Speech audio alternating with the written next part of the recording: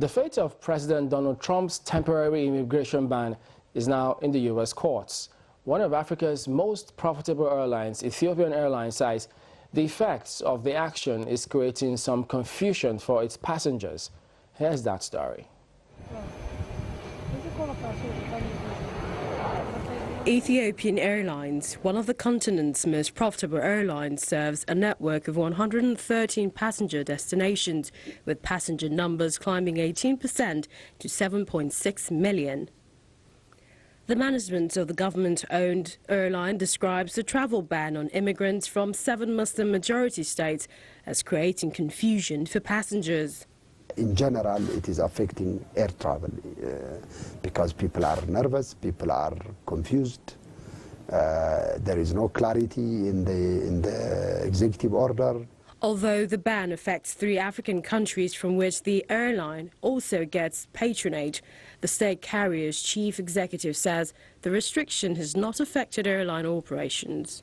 Well, operationally, it has not created any disruption to us, or either on our schedule or on our customer service, because once the executive order was issued, then we distributed to our system, and there was not big issue.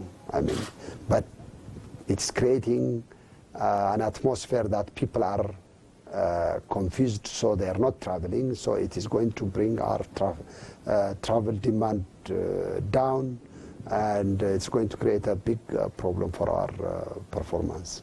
There were $220 million in countries including Nigeria, Angola, Sudan, Egypt.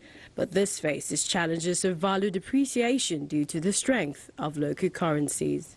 So today, among these 4 countries, between Nigeria, Angola, Sudan, and Egypt, we have $220 million worth of local currencies, whether it is in Naira in Nigeria, or Kwanza in Angola, or the Egyptian pound, or the Sudanese pound, because there is severe shortage of foreign currency, foreign exchange, so we are not able to take whatever we sold. So it is stuck there.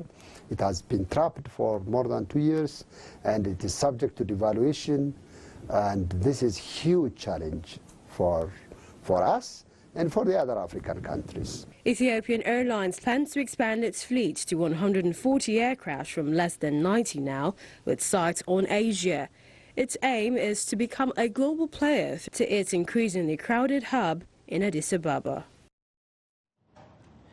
You're watching Africa 54. I'm Vincent McCory. Now, February is Black History Month in the United States.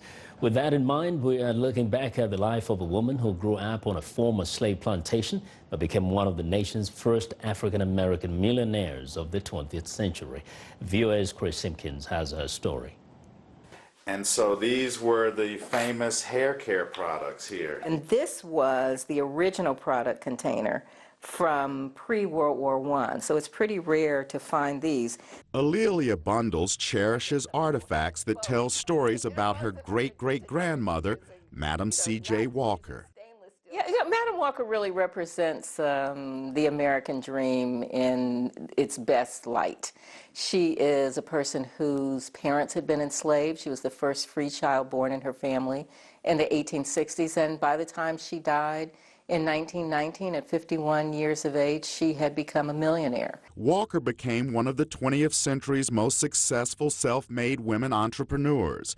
After experiencing hair loss, she experimented with various treatments, inventing and eventually selling hair care products for African-American women. But what I love is that she put her own image on the packaging. Because at the time, there were other companies selling products to Black women, but they would put this sort of, someone who didn't look Black, and because they were really kind of exploiting the insecurities that Black women felt, because of European standards of beauty. She traveled the country building a cosmetics empire made up of women who sold and distributed her products. So it wasn't just about hair care products, selling hair care products, styling hair. It became about economic independence.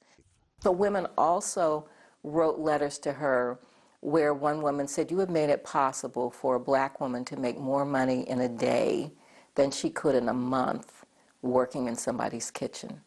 She wanted them to use their power and their influence and their money to make a difference. Madam C.J. Walker, more than a pioneer of modern hair care products. Chris Simpkins, VOA News, Washington.